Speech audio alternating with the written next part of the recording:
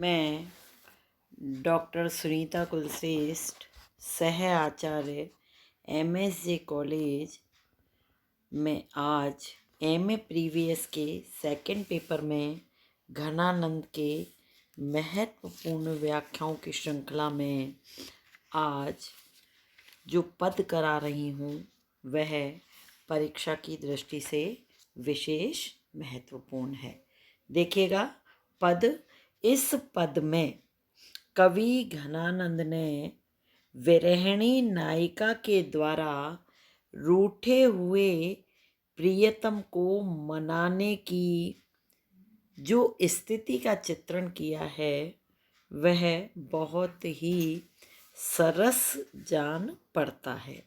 अब देखिएगा इसमें कवि ने क्या कहा, प्रीतम सुजान मेरे हित के निधान के हे प्रियतम।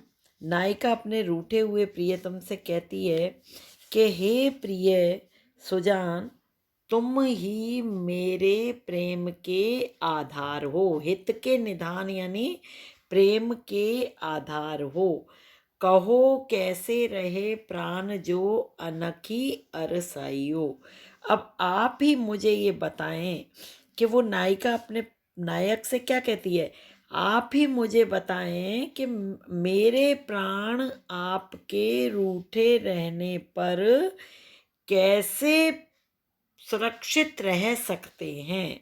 यानी यहाँ पर कवि घनानंद ने अपने आप को नायिका मानते हुए ये कहा है कि यदि मेरे प्रियतम मुझसे रूठ कर रहेंगे तो मैं जीवित नहीं रह सकती हूँ, मेरे प्राण कैसे सुरक्षित रहेंगे। आगे देखिएगा तुम तो उदार दीनहीन आन पर्योद्वार, कि कवि ने क्या कहा कि आप तो उदार हैं, दयालु हैं और मैं दीनहीन हूँ। यहाँ कवि ने अपनी विवशता व्यक्त की है, अपने आप को अपने नायक के समक्ष हीन बताया है और मैं आपके द्वार पर आ गई हूँ, अर्थात आपकी शरण मैंने ले ली है। आपके द्वार पर मैं आई हूँ तो आपका ये कर्तव्य है कि आप मेरा ध्यान दें, मेरे ऊपर ध्यान दें, अर्थात मेरी विपत्ति को हरें। सुनिए पुकार याही को लो तरसाइयों, कि हे प्रियतम, मैं आपसे यही कहती हूँ कि यदि आपने मेरी पुकार सुन ली तो मेरे जो प्राण हैं, तरसते हुए प्राण, वो सुरक्षित हो जाएंगे। आप मुझे अब को लो तरसाइयों, आप मुझे कब तक तरसाएंगे।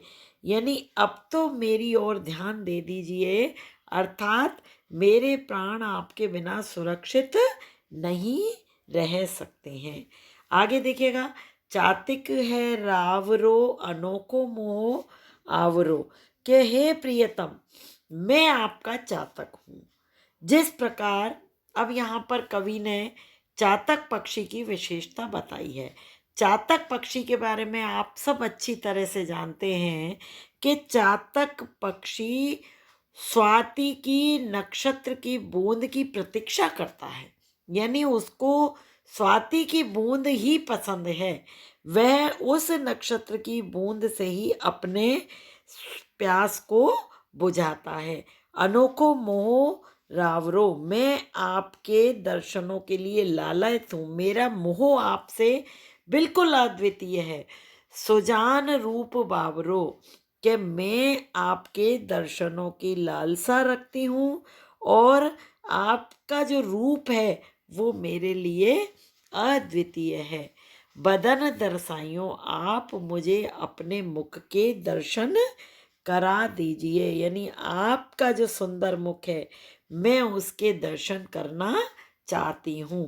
विरह नसाए दया हिय में बसाए, कि आप मेरे जो विरह है उसको आकर के आप नष्ट कर दीजिए, मुझे सुख प्रदान करिएगा और अपने हृदय में मेरे प्रति दया की भावना यानी करुणा की भावना अपने हृदय में आप बसाइए।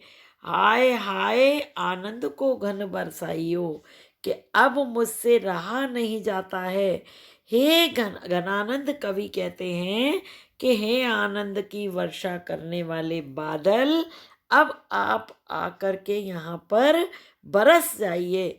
अर्थात इसका भावार्थ क्या है कि विरहिणी जो नायिका है उसको आनंद की अनुभूति तब ही होगी जब वह अपने प्रियतम के दर्शन कर लेगी।